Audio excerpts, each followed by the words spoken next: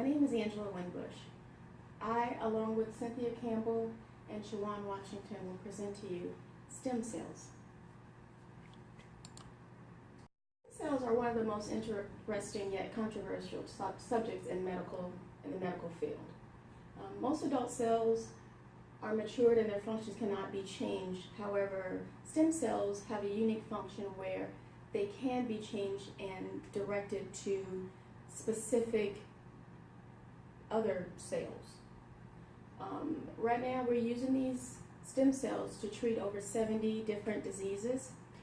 An example, Parkinson's disease, Alzheimer's, strokes, arthritis, diabetes, burns, and also spinal cord damage. What are stem cells? The body is made up of over 200 different types of specialized cells, such as muscle cells, nerve cells, and fat cells, and skin cells. All cells in the body come from or derive from stem cells. A stem cell is a cell that is not yet specialized. The process of specialization is called differentiation. Once the differentiation process of the stem cell has been decided, it can no longer become another cell. Adult stem cells are found in the umbilical cord only after a live birth. They're also found in fat, bone marrow, organs, blood, tissues, etc. of humans. These cells are removed from the body and they can be differentiated out, whereas the bad cells can be wiped out and the good cells can be used to be implanted into different organs or different disease processes. The types of stem cells. There are 3 types of stem cells. The first type is totipotent. They differentiate into embryonic cells. An example of those is, like I said, the embryos. They mature from 1 to 3 days. The second type is pluripotent.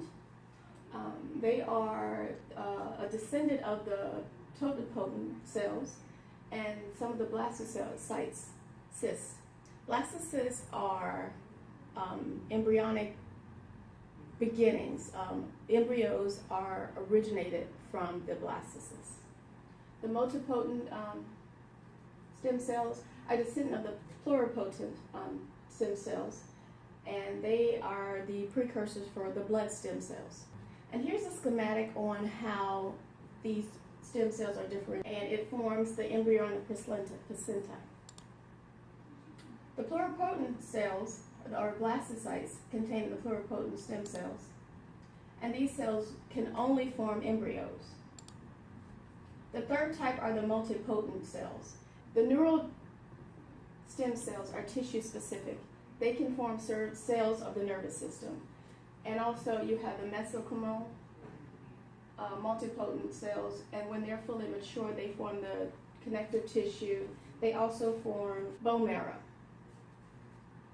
I'm Shawan Washington, and I'll discuss some of the applications and usages for stem cells. Right now, stem cells may be used to generate cells and tissue that could be used for cell-based therapies. This would include things like organ and tissue donation. It would actually make those procedures obsolete. Currently, we do organ and tissue transplants to replace failing or diseased organs. But with stem cells, once the embryonic stem cells are differentiated to become specific cell types, whether it's liver tissue, lung tissue, heart tissue, once they're differentiated to be specific types of cells, they can actually be grafted into a damaged area. The cells will replicate and become tissue, healthy, normal tissue. So that would actually eliminate the need for tissue and organ donations. And as we know, there's like people who are on organ donation lists for years and years. A lot of people actually die waiting for a transplant. So that would be beneficial for people in those circumstances. Another use for stem cell therapy is the improvement of outcomes with cancer treatments. With cancer treatments like chemotherapy and radiation, the chemo and radiation it affects all cells, but it's specifically going to affect cells that divide at a rapid rate, because cancer cells typically divide and replicate more quickly than normal healthy tissue. So with chemo and radiation, they focus on those cells that replicate quickly. The problem is that bone marrow also replicates quickly, normal bone marrow. So the chemotherapy and radiation generally destroys a healthy chunk of bone marrow. So when that occurs, the patient is going to have low white blood cell counts, low red blood cell counts, and low platelet counts. So with stem cells, there is a transplant available. It's hematopoietic stem cells. And these are actually cells that are found in bone marrow. And these particular cells, they either replicate and become more hematopoietic cells, or they mature and they become white blood cells, which are going to help with infection. They may become red blood cells, which of course helps with oxygen being carried throughout the body, or they become platelets, which help with blood clotting. So by performing these particular types of transplants, it helps improve the patient's ability to withstand the chemotherapy without all the side effects that are detrimental to the patient's overall health. I mentioned before differentiation, and basically differentiation is when, I don't know if Angela discussed it, but with the embryonic cells that are used in stem cell therapies, they're basically blank slates. So differentiated is the process by which the cells can be designed to be specific types of cells and tissue, whether it's organ or liver, heart, intestine, whatever type of cell is needed. So by differentiating these cells, the stem cells can be useful in things like diabetes. As we know with diabetes, the beta cells in the pancreas are either not producing enough insulin or it's not producing insulin at all. So scientists have been able to differentiate the embryonic stem cells, graft them into the pancreas. They will become healthy, normal pancreatic tissue, producing normal levels of insulin as needed.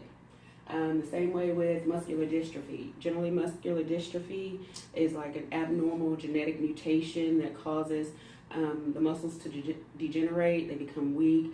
These patients typically end up wheelchair bound for the majority of their life. They have difficulty with breathing, swallowing. So again, the stem cells can be differentiated to be esophageal tissue, lung tissue, grafted into the damaged area, and they will become healthy, normal lung or esophageal tissue, whatever is required for that particular patient's need. Also, the same goes with traumatic spinal cord injury. Some kind of injury has occurred, and now the tissue or the spinal cord is not functioning normally.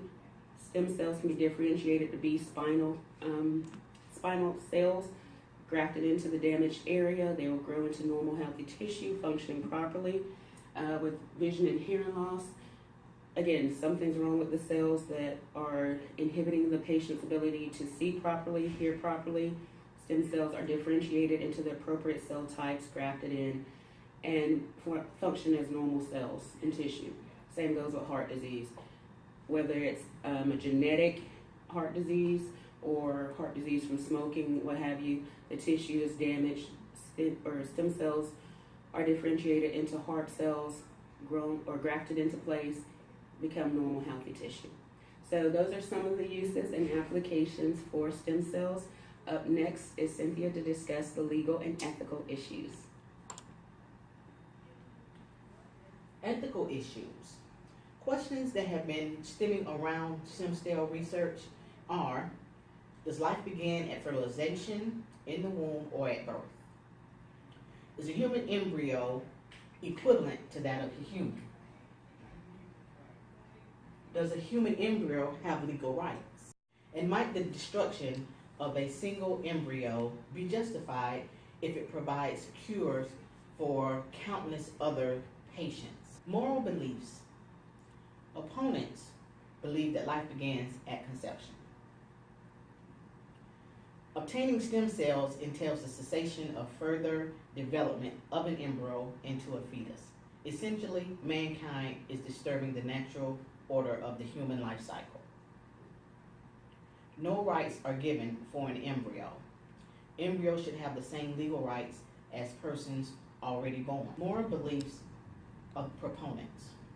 Proponents believe that life does not begin at conception. It happens after a pregnancy of usually around 24 weeks or so, when there's, or it could be 8 weeks, after the embryo has then began to form vital organs, nerve cells, and tissues. They also believe that embryos have no value and are viewed as just a mass of cells.